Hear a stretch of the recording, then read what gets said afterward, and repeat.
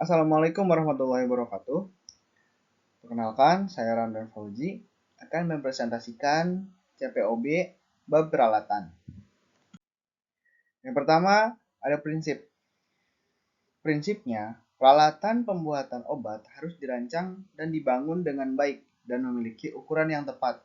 Penempatan dan pengujiannya juga penting agar kualitas obat terjaga dan konsisten dari satu batch ke batch yang lainnya. Selain itu, peralatan harus mudah dibersihkan dan dirawat untuk mencegah kontaminasi, penumpukan debu, dan kotoran yang dapat mempengaruhi kualitas produk. Kemudian ada desain dan konstruksinya. Desain dan penempatan peralatan harus dirancang dan ditempatkan sesuai dengan tujuan penggunaannya. Kemudian, permukaan peralatan, bagian yang bersentuhan dengan bahan produk tidak boleh reaktif atau menyerap zat yang akan mengubah kualitas produk. Selanjutnya ada bahan operasional. Bahan seperti pelumas tidak boleh bersentuhan dengan produk agar tidak mempengaruhi kualitasnya. Selanjutnya ada keamanan produk. Peralatan tidak boleh merusak produk akibat kebocoran atau perawatan yang tidak tepat. Selanjutnya ada pembersihan. Nah, pembersihan peralatan harus mudah dibersihkan dan disimpan dalam kondisi bersih, kering, sesuai dengan prosedur yang jelas. Selanjutnya ada kontaminasi. Alat pembersih harus dipilih agar tidak menjadi sumber kontaminasi. Selanjutnya, keamanan produksi. Bagian peralatan yang bersentuhan dengan produk tidak boleh reaktif atau mempengaruhi kualitas produk. Selanjutnya, perlindungan bahan mudah terbakar. Peralatan di area bahan mudah terbakar harus memiliki perlengkapan elektrik yang aman. Nah, selanjutnya, desain dan konstruksi. Alat ukur. Harus tersedia alat ukur dan timbangan yang tepat untuk proses produksi. Selanjutnya ada kalibrasi. Kalibrasi alat pengukur harus dikalibrasi secara berkala dan catatan pengujiannya harus disimpan. Kemudian filter cairan. Filter yang digunakan tidak boleh melepaskan serat ke dalam produk dan filter asbes tidak boleh digunakan. Selanjutnya yang terakhir ada sanitasi pipa. Pipa untuk air yang digunakan dalam produksi harus disanitasi sesuai prosedur tertulis untuk mencegah kontaminasi mikroba. Kemudian ada pemanasan dan pemasangan dan penempatan. Yang pertama ada pengaman. Semua sabuk dan puli mekanis yang terbuka harus dilengkapi dengan pengaman untuk mencegah kecelakaan. Kemudian ada akses saluran. Akses saluran seperti air, uap, dan udara bertekanan harus dipasang agar mudah diakses selama proses dengan pipa yang diberi label jelas untuk menunjukkan isi dan arah aliran.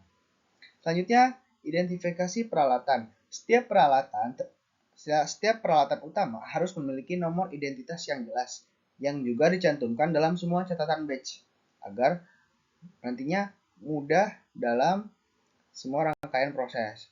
Kemudian ada peralatan rusak.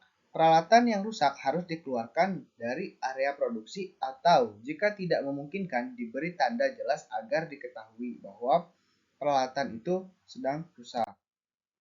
Nah, selanjutnya pembersihan dan sanitasi peralatan. Pembersihan peralatan sebelum dan sesudah digunakan. Peralatan harus dibersihkan baik bagian luar maupun dalam sesuai prosedur yang diterapkan. Kebersihan harus diperiksa untuk memastikan tidak ada sisa bahan dari batch sebelumnya. Nah, ada beberapa nih. Pertama, ada metode pembersihannya. Pembersihan dengan metode vakum untuk mengurangi risiko kontaminasi. Selanjutnya, area pembersihan. Pembersihan peralatan yang dapat dipindah dan penyimpanan bahan pembersih harus dilakukan di ruangan terpisah dari area pengolahan agar tidak terjadi kontaminasi juga. Yang selanjutnya, catatan pembersihan. Catatan pembersihan mengenai pembersihan, sanitasi, dan pemeriksaan sebelum penggunaan peralatan harus disimpan dengan baik. Selanjutnya, pemantauan disinfektan. Disinfektan dan deterjen harus dipantau untuk kontaminasi mikroba. Larutan disinfektan harus disimpan dalam wadah bersih dan tidak boleh disimpan terlalu lama kecuali sudah disterilkan. Selanjutnya, ada pemeliharaan. Ada pemeliharaan rutin. Peralatan harus dipelihara sesuai jadwal untuk mencegah masalah yang dapat mempengaruhi kualitas produk. Kemudian, perbaikan tanpa resiko. Kegiatan perbaikan ini dan kegiatan perbaikan dan pemeliharaan ini tidak boleh membahayakan mutu produk. Selanjutnya ada evaluasi bahan. Bahan pendingin, pelumas, dan cairan penguji, suhu harus dievaluasi dan disetujui secara formal.